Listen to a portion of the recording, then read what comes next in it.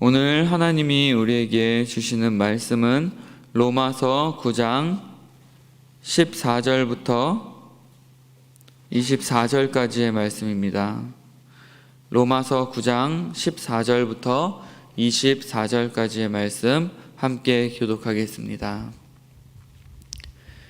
그런즉 우리가 무슨 말을 하리요? 하나님께 불의가 있느냐? 그럴 수 없느니라. 모세에게 이르시되 내가 긍휼히 여길 자를 긍휼히 여기고 불쌍히 여길 자를 불쌍히 여기리라 하셨으니 그런즉 원하는 자로 말미암음도 아니요 다른 박질하는 자로 말미암음도 아니요 오직 긍휼히 여기시는 하나님으로 말미암음이니라. 성경이 바로에게 이르시되 내가 이 일을 위하여 너를 세웠으니 곧 너로 말미암아 내 능력을 보이고 내 이름이 온 땅에 전파되게 하려 함이라 하셨으니 그런즉 하나님께서 하고자 하시는 자를 긍휼히 여기시고 하고자 하시는 자를 완악하게 하시느니라. 혹 내가 내게 말하기를 그러면 하나님이 어찌하여 허물하시느냐 누가 그 뜻을 대적하느냐 하리니 이 사람아 내가 누구이기에 감히 하나님께 반문하느냐. 지음을 받은 물건이 지은 자에게 어찌 나를 이같이 만들었느냐 말하겠느냐. 토기장이가 진흙 한 덩어리로 하나는 귀히 쓸 그릇을 하나는 천이 쓸 그릇을 만들 권한이 없느냐. 만일 하나님이 그의 진노를 보이시고 그의 능력을 알게 하고자 하사 멸하기로 준비된 진노의 그릇을 오래 참으심으로 관용하시고 또한 영광 받기로 예비하신 바 긍휼의 그릇에 대하여 그 영광의 풍성함을 알게 하고자 하셨을지라도 무슨 말을 하리요. 이 그릇은 우리니 곧 유대인 중에서뿐 아니라 이방인 중에서도 부르신 자니라. 아멘. 오늘은 말씀을 통해서 하나님의 그 주권과 긍휼에 대해서 함께 살펴보고자 합니다. 바울이 로마서를 쓰던 그 당시에 유대인들은 자신들은 이방인들과 다르게 아브라함의 자손으로 하나님께 율법도 받고 또 선택받은 자들이다라고 생각을 하며 살아갔습니다. 그리고 또 하나님이 자신들에게 주신 그 율법을 잘 지킴으로 말미암아 구원에 이를 수 있다라는 생각을 가지고 있었죠. 그래서 바울은 이러한 유대인들에게 율법을 잘 지킴으로 하나님 나라의 백성이 되는 것이 아니라 오직 하나님의 주권적인 선택으로 말미암아 그것이 가능하다, 그리고 우리의 믿음으로 말미암아 가능하다라는 것을 지금 강력하게 주장을 하고 있습니다. 하나님께서는 이삭과 이스마엘 모두 아브라함의 자손이었음에도 불구하고 이삭만을 선택하셨습니다. 그리고 야곱과 에서는 어머니 뱃속에 있을 때부터 이미 큰 자가 어린 자를 섬길 것이다 라고 말씀하셨습니다. 심지어 야곱은 사랑하였고 에서는 미워하였다 라고 말씀하셨습니다. 이것이 바로 어제 본문의 말씀이었죠. 여기에 대해서 아마 많은 사람들은 그것이 매우 불공평하다라고 이야기할 것입니다. 근데 우리가 세상을 살다 보면요, 불공평한 것들이 세상에 너무나도 많이 있는 것 같습니다. 어떤 사람은 태어날 때부터 부잣집에서 태어납니다. 어떤 사람은 가난한 집에서 태어나죠. 누군가는 몇십 년 동안 열심히 연습해야지 되는 일을 어떠한 사람들은 천재적인 재능을 가지고 태어나 몇 년 만에 해내기도 합니다. 우리가 요즘 흔히 말하는 금수저, 은수저, 흙수저 이런 것들이 여기에서 나온 말이 아닌가요? 그런데 구원의 문제에 있어서까지 불공평함을 겪어야 하는 것일까? 누구는 태어나기도 전에 선택되고 누군가는 선택되지 않는다면 과연 공평한 하나님이라고 할 수 있을까? 이러한 질문들이 생겨나게 됩니다. 여기에 대해서 바울 사도는 단호하게 이렇게 대답합니다. 오늘 14절 말씀이죠. 하나님께 불의가 있느냐? 그럴 수 없다. 구원의 문제에 있어서 우리가 중요하게 생각해야 되는 두 가지가 있습니다. 제가 처음에 말씀드렸다시피 그것은 바로 하나님의 주권과 하나님의 긍휼입니다. 먼저 하나님은 이 세상을 창조하신 분이시고 모든 것의 주인 되시는 분이십니다. 이 세상에 어느 것 하나 하나님께 속하지 않은 것이 없습니다. 땅과 바다와 하늘과 그리고 저 멀리에 있는 태양과 달과 별들 그리고 이 온 우주가 하나님의 것입니다. 심지어 우리의 생명까지도 모두 하나님의 것입니다. 이 고백이 올바로 서 있지 않는 한 우리는 계속해서 하나님은 불공평하다라고 이야기할 것입니다.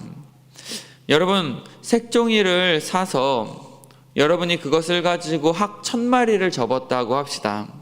아마 어렸을 때 한 번씩은 해봤을 추억이 있을 것 같아요. 학종이를 가지고 이제 학을 접었던 기억이 저도 있는데 학 1000마리를 접고 그리고 그 중에서 내가 100마리만 선택해서 예쁜 유리병에 담았다고 합시다. 그런데 갑자기 다른 학들이 선택되지 않은 학들이 자기는 어떻게 선택하지 않을 수 있냐고 아주 나쁜 주인이구나 라고 이야기한다면 불공평하다라고 이야기한다면 여러분 뭐라고 그들에게 이야기해 줄 수 있을까요? 너네는 내가 만든 거니까 내가 선택할 수도 있고 안 선택할 수도 있는 거야. 그건 내 마음이지 라고 아마 이야기할 것입니다. 오늘 본문 20절, 21절에 바울은 이렇게 이야기하고 있는 거예요. 어떻게 지음받은 물건이 지은 사람에게 나를 이렇게 만들었냐고 이야기할 수 없듯이 또 토기장이가 귀하게 쓸 그릇을 만들거나 천하게 쓸 그릇을 만들 수 있는 권한이 있듯이 하나님 역시 그러하다라는 것입니다. 쉽게 말하면 만든 사람, 즉 주인의 마음대로 할 수 있다라는 것이죠. 그리고 주인이 자기의 것들을 마음대로 하는 것은 결코 불의한 행동이 아니다라는 것을 알려주고 있습니다. 그래서 욥기의 중심 주제가 무엇입니까? 우리가 다 이해할 수는 없지만 인간의 생사화복 이 모든 것이 하나님의 주권 가운데에 일어난다라는 것을 우리에게 보여주는 것 아닙니까? 여러분, 이 세상의 모든 것들, 우리의 생명과 심지어 우리의 구원의 문제까지도 모두 하나님의 주권 아래 있다는 사실을 우리가 믿는다면 그것은 하나님의 입장에서 봤을 때는 결코 불의한 문제가 될 수 없다라는 것을 우리가 알 수 있게 될 것입니다. 하나님이 나의 삶의 주인이 되시는 것, 이것이 바로 예수 믿는 우리들이 가져야 할 삶의 태도입니다. 그런데 많은 사람들이 그렇지 않고 내가 가진 것들을 내 것이라고 여기니까 다른 사람들과 비교하고 불평하며 행복하지 못하게 살아갑니다. 그리고 또한 나의 삶을 나의 마음대로 만들어 가려고 하고 나의 삶이 나의 것이라는 생각을 가지고 살아가다 보니까 그 가운데 하나님의 주권을 인정하지 못하고 살아갈 때가 많이 있습니다. 모든 것이 하나님의 것이고 나의 생명과 또한 내가 살고 있는 이 모든 환경들을 하나님께서 우리에게 주신 것이라는 것을, 그리고 이 모든 것이 하나님이 주인이라는 사실을 우리가 믿는다면 여러분, 불평하고 살 것이 무엇이 있겠습니까? 모두가 오히려 우리에게 있어서는 감사할 일 뿐입니다.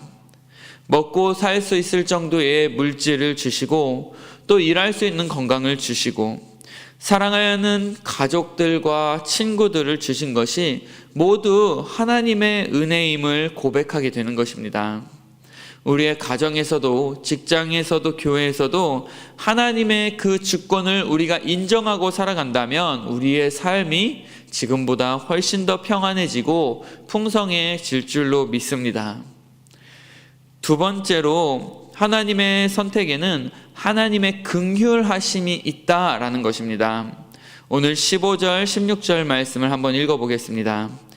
모세에게 이르시되 내가 긍휼히 여길 자를 긍휼히 여기고 불쌍히 여길 자를 불쌍히 여기리라 하셨으니 그런즉 원하는 자로 말미암음도 아니요 다른 박질하는 자로 말미암음도 아니요 오직 긍휼히 여기시는 하나님으로 말미암음이니라. 무슨 이야기입니까? 하나님의 선택하심에는 우리의 어떠한 능력도 우리의 어떠한 노력도 들어가지 않는다라는 것입니다. 구원은 그저 내가 원한다고 해서 얻을 수 있는 것이 아닙니다. 우리 본문에서 이야기하는 다른 박질한다라는 것은 그것을 얻기 위해서 우리가 노력한다라는 것인데 우리의 어떠한 선행이나 공로로 우리가 구원을 얻을 수 있는 것도 아닙니다. 오직 성경은 우리에게 뭐라고 이야기하고 있습니까? 긍휼히 여기시는 하나님으로부터 말미암음이니라 라고 이야기하고 있습니다. 여러분, 우리 모든 사람들에게는요 하나님의 긍휼하심이 필요합니다. 왜 그렇습니까? 우리 모두는 죄인이기 때문에 그렇습니다. 죄로 인해서 죽을 수밖에 없는 존재들이기 때문에 그렇습니다. 스스로는 결코 하나님 앞에 설 수 없는 존재들이기 때문에 그렇습니다. 그리고 우리는 스스로를 구원할 수 없기 때문에 그렇습니다. 그런 우리를 위해서 하나님께서는 우리를 먼저 찾아오셨습니다. 우리가 먼저 하나님 앞에 가까이 갈 수 없으니까 하나님이 먼저 이 땅에 오시고 또한 하나밖에 없는 예수 그리스도를 통해서 우리의 모든 죄의 문제를 해결해 주셨습니다. 이것이 바로 우리를 향한 하나님의 긍휼하심입니다. 그럼에도 불구하고 하나님의 긍휼하심을 얻지 못하는 사람들도 있습니다. 오늘 17절 18절에 보면 그러한 바로에 대한 예가 나오죠. 성경이 바로에게 이르시되 내가 이 일을 위하여 너를 세웠으니 곧 너로 말미암아 내 능력을 보이고 내 이름이 온 땅에 전파되게 하려 함이라 하셨으니 그런즉 하나님께서 하고자 하시는 자를 긍휼히 여기시고 하고자 하시는 자를 완악하게 하시느니라. 여러분, 이 구절만 보면 하나님께서 어떤 사람에게는 긍휼을 주시고 반대로 어떤 사람의 마음에는 완악함을 주셔서 지옥에 보내는 것처럼 여겨집니다. 그래서 19절에 이렇게 질문하는 사람들이 나오죠. 혹 내가 내게 말하기를 그러면 하나님이 어찌하여 허물하시느냐 누가 그 뜻을 대적하느냐 하리니. 즉 하나님이 하라고 하면 인간은 그 뜻에 따를 수밖에 없는 존재들인데 하나님이 마음을 완악하게 해놓으시고 그 사람을 지옥에 보낸다는 것인가? 그것은 그렇다면 또한 불의한 하나님이 아닌가라고 이야기하고 있는 것입니다. 근데 여기서요 우리가 완악하게 하신다라는 표현을 잘 이해할 필요가 있습니다. 이것은 하나님께서 가만히 있던 사람의 마음을 완악하게 만들어서 그래서 그 사람을 이용해서 자신의 필요를 채우고 그 사람을 버렸다라는 이야기가 아닙니다. 여러분, 하나님의 긍휼하심이 없다면 우리 인간들은요 이미 완악한 존재들입니다. 로마서 3장 10절에서 12절 말씀입니다. 기록된 바 의인은 없나니 하나도 없으며 깨닫는 자도 없고 하나님을 찾는 자도 없고 다 치우쳐 함께 무익하게 되고 선을 행하는 자는 없나니 하나도 없으며. 하나님이 마음을 완악하게 만드셨다라는 것은 다른 말로 표현하면 그를 있는 그대로 내버려 두었다라고 할 수 있을 것입니다. 그러니까 완악한 자들이 구원받지 못하는 것은 하나님께 책임이 있는 것이 아니라 죄인인 우리 인간들에게 그 책임이 있다라는 사실이죠. 주일에 목사님께서 빌 게이츠가 만약에 자신을 입양한다면 어떻겠느냐라고 물어보셨습니다. 저 역시 감사함으로 가겠죠. 근데 빌 게이츠의 양자가 되면서 왜 나만 선택했냐? 저 사람들은 왜 선택하지 않았습니까? 당신은 참 불공평한 사람이군요 라고 이야기할 수 있을까요? 그냥 아무런 능력도 아무런 자격도 없는 그러한 나를 선택해 준 것에 대해서 무한 감사할 뿐이겠죠. 마찬가지입니다. 우리를 선택해 주신, 그리고 우리에게 긍휼을 주신 그 하나님의 사랑에 감사하며 살아갈 수 있는 것, 이것이 바로 성도된 자들의 특권이다라는 것입니다. 우리 모두에게는 하나님의 긍휼이 필요하고 하나님의 그 긍휼만이 우리를 죄에서 해방시키고 구원하실 수 있습니다. 그리고 지금 이 시간 함께 예배하고 있는 저와 여러분들이 하나님의 긍휼하심을 받은 자들입니다. 그렇지 않다면 왜 굳이 이 시간을 내서 하나님을 찾고 예배하고 있겠습니까? 어떤 사람이 이렇게 이야기한 것을 들었습니다. 하나님께서 정말로 우리를 사랑하셔서 하나님의 아들을 보내주시고, 그리고 또한 그 아들을 십자가에 죽기까지 우리를 사랑하신 것, 내가 그것을 믿습니다. 그런데 하나님이 왜 그러셨냐라는 질문에 대해서는 글쎄요, 저도 잘 모르겠습니다 라고 대답할 수밖에 없다라고 이야기를 합니다. 여러분, 무슨 말입니까? 하나님이 왜 날 선택하셨냐라고 묻는다면 여러분, 우리는 모른다라고 대답할 수밖에 없습니다. 그저 그것은 하나님의 주권적인 선택이고 하나님의 긍휼하심 가운데에 있는 것이기 때문에 우리는 그 하나님의 놀라우신 사랑에 감사할 수밖에 없게 되는 것입니다. 그래서 오늘 하루도 그 하나님의 긍휼하심에 감사하며 살아갈 수 있는 저와 여러분들이 되기를 원합니다. 말씀을 정리하도록 하겠습니다. 우리는 결코 율법의 행위로 구원을 얻을 수 없습니다. 오직 하나님의 긍휼하심으로 말미암아 구원에 이를 수가 있습니다. 하나님의 선택은 하나님의 주권 가운데에 이루어지는 것이기 때문에 하나님께는 어떠한 불의도 있을 수 없음을 우리가 고백해야 할 것입니다. 그저 우리를 부르시고 또 선택해 주신 그 하나님의 은혜와 사랑에 감사할 뿐입니다.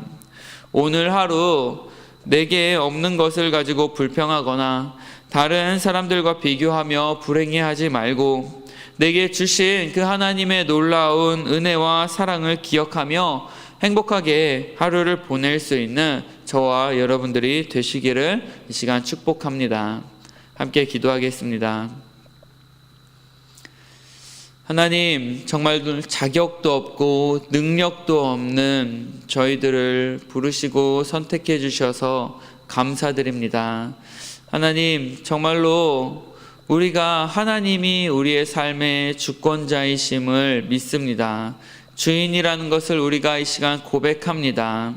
우리에게 있는 모든 것들 하나님께서 나에게 주신 것임을 이 시간 다시 한번 고백합니다.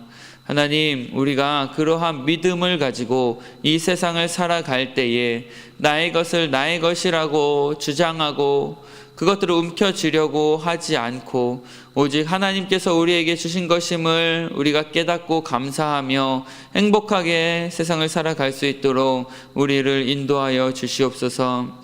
그리고 정말로 우리를 선택하고 구원해 주신 그 하나님의 놀라운 사랑을 매일매일 우리가 기억하며 감사하며 하나님 앞에 기쁨으로 나아갈 수 있도록 주님께서 붙들어 주시옵소서. 오늘 하루도 어떻게 보면 정말로 힘들고 어려운 일들이 많이 있을 수 있습니다. 하지만 하나님, 그것을 바라보는 것이 아니라 우리를 구원하시고 지금도 우리를 사랑하고 계시는 그 하나님을 우리가 바라보며 그 주님이 주시는 새로운 힘을 얻고 이 세상 가운데 승리하며 살아갈 수 있는 성도들 될 수 있도록 주님께서 축복하여 주시옵소서. 오늘 하루도 주님께 맡겨드리며 예수님의 이름으로 기도합니다. 아멘. 하늘에 계신 우리 아버지,